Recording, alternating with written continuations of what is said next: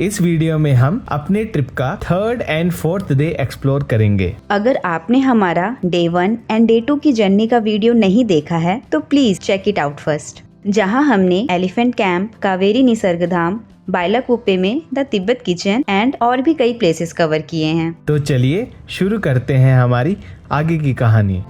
आज हम लेट निकल रहे हैं 9:15 के अराउंड, क्योंकि मैं दोबारा सो गई थी। I needed more rest. सबसे पहले ब्रेकफास्ट, और इसके लिए हम आए हैं श्री अंबिका उपहार। यहाँ हमने idli vada, open butter masala dosa, paper plain dosa, Mysore masala dosa और ढेर सारी फिल्टर कॉफी एंजॉय करी है।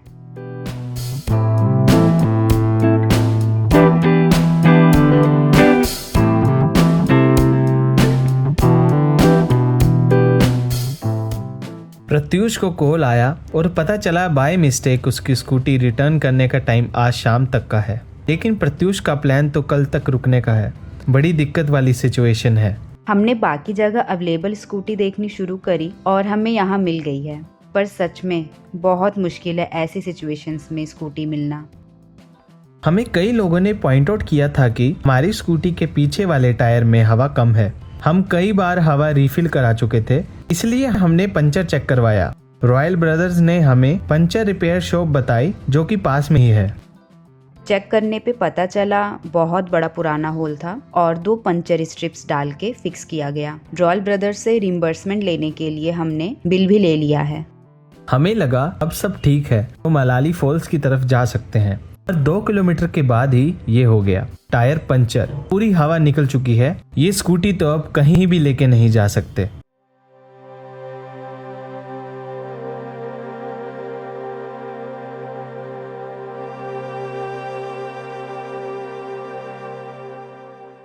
हम तीनों प्रत्यूष की स्कूटी पे बैठकर रॉयल ब्रदर्स के पास वापस जा रहे हैं। पकड़ के बैठना सही है, तो मैं धीरे-धीरे ही चला रहा हूं। इनके पास कोई एक्स्ट्रा स्कूटी नहीं है, पर एक स्कूटी है थोड़ी डिफेक्टेड। ये स्कूटी विदाउट एक्सेलरेशन भी चलती रहती है, ब्रेक लगा के रखना पड़ता है। सुबह हमने पंचर स्कूटी में पेट्रोल भी डलवाया था। बहुत रिक्वेस्ट करने पे इन्होंने पेट्रोल डाल के दिया हमें, वरना अजीब से सॉल्यूशंस दे रहे थे कि पेट्रोल इसमें ट्रांसफर कर देना पाइप लगा के, पर हमारे पास कोई पाइप थोड़ी है यार। ये एक्सपीरियंस हमारा बहुत खराब रहा। 2 बज चुके हैं ऑलरेडी। हमने फिर से कोशिश करी कि मलाली फॉल चलते हैं। काफी दूर है यहाँ से, इसलिए लोग अर्ली मॉर्निंग ही निकल जाते हैं। रास्ते में रुककर हमने पकौड़े खाए। इस रास्ते में टॉयलेट्स भी नहीं है। जहाँ पकौड़े खाए वहीं आसपास एक जगह रिक्वेस्ट करने पे टॉयलेट यूज करने के लिए अलाउ कर दिया मुझे, जस्ट बिकॉज मैं फीमेल हूँ। पीरियड क्रैम्प्स मुझे आज बहुत हो रहे हैं। पेन किलर भी इतना वर्क नहीं कर रहे। पूरे टाइम बस स्कूटी राइड पे हैं, झटके लग रहे हैं। रास्ता सुंदर है, बट ये रास्तों को लेके कुछ कंफ्यूजन भी हुए। गूगल मैप्स में कुछ तो प्रॉब्लम हो रहा है। इन्हीं सब में हमने मलाली वाटरफॉल्स की टाइमिंग देखी, 5 बजे तक बंद हो जाता है। हमें ऑलरेडी 4 से ऊपर हो चुका था। कैलकुलेट किया तो हम टाइमली पहुंच के एंजॉय नहीं कर पाते। प्रत्युष की स्कूटी में पेट्रोल भी कम है। आज हमारे साथ बहुत गंदे गंदे सीन हुए हैं। स्कूटी का टायर पंचर हुआ, पेट्रोल कम हो गया, अभी मनाली फॉल पहुंचने के लिए टाइम नहीं है, स्कूटी चेंज करवाई। इतना कुछ होने के बाद फाइनली अब हमने डिसीजन लिया है कि हम सब अब यहीं से रिटर्न हो रहे हैं।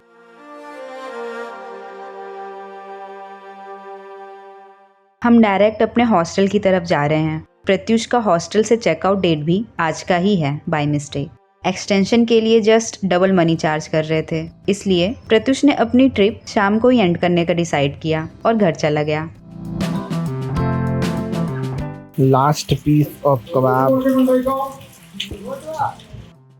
डिनर में हमने एग्स एंड कबाब खाए और आज भी मैंने टोटल 3 पेन किलर्स खाई है।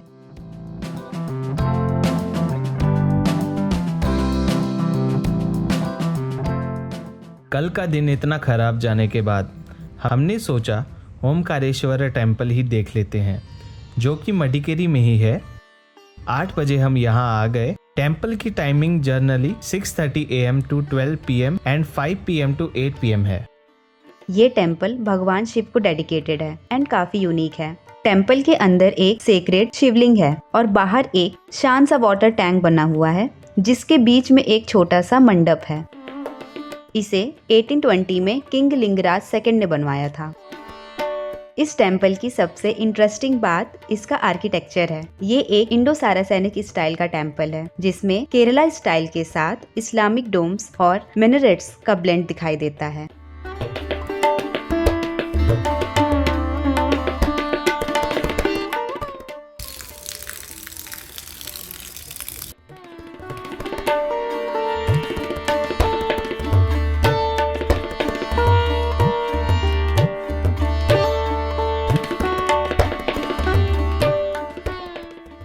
स्कूटी रिटर्न करके हम ब्रेकफास्ट के लिए सेम जगह आए हैं, श्री अंबिका उपहार।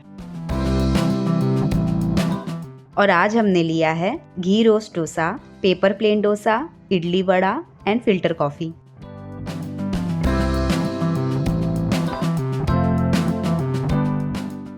बस स्टैंड यहाँ से वॉकिंग डिस्टेंस पे ही है।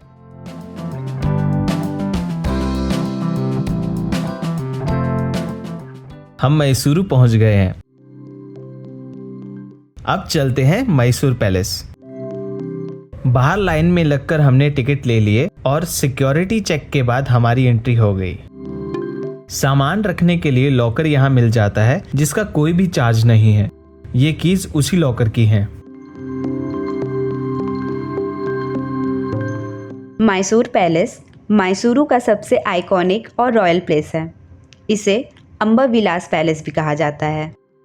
ये पैलेस इंडो सारासैनिक आर्किटेक्चर का एक ब्यूटीफुल एग्जाम्पल है जिसमें इंडियन, इस्लामिक, राजपूत और गॉथिक स्टाइल्स का मिक्स देखने को मिलता है। इसे 1897 से 1912 के बीच फेमस आर्किटेक्ट हेनरी अर्विन ने डिज़ाइन किया था और ये वुडियर डायनेस्टी का रॉयल रेजिडेंस भी था। कल्याण मंडप ये शादियों के लिए यूज़ होता था।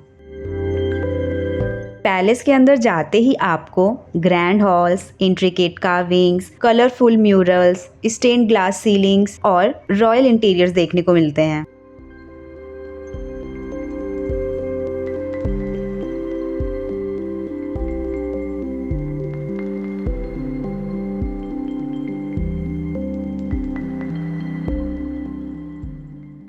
दरबार हॉल, यहाँ पहले रॉयल मीटिंग्स होती थी।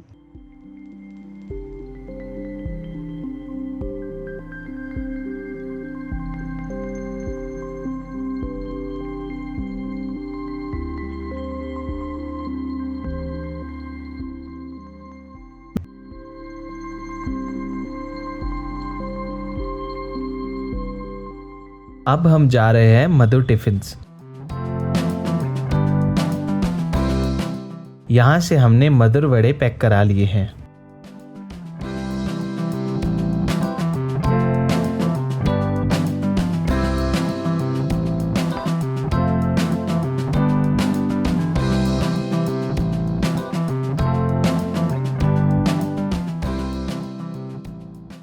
रेलवे स्टेशन यहाँ से 400 मीटर की दूरी पे ही है।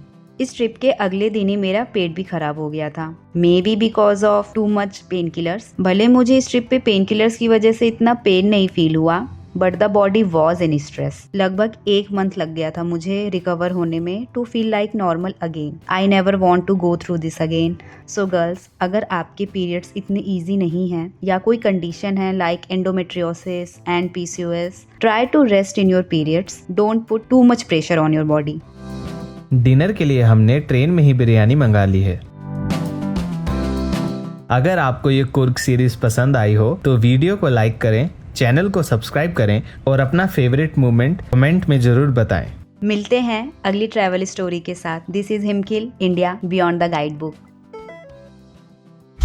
और हम वापस रेलवे स्टेशन की तरफ जाते हुए हमने मधुर वड़े ले लिए हैं मधुर टिफिन से और हम अभी वापस जा रहे हैं। और हिमानी को फुल कैप्चर करना था पर हमने नहीं किया, हमारी मर्जी। और ये देखिए इतना बढ़िया नज़ारा, पेड़ सड़क के साइड में लगे हैं। ऐसा नज़ारा हमको हैदराबाद में तो नहीं मिलता।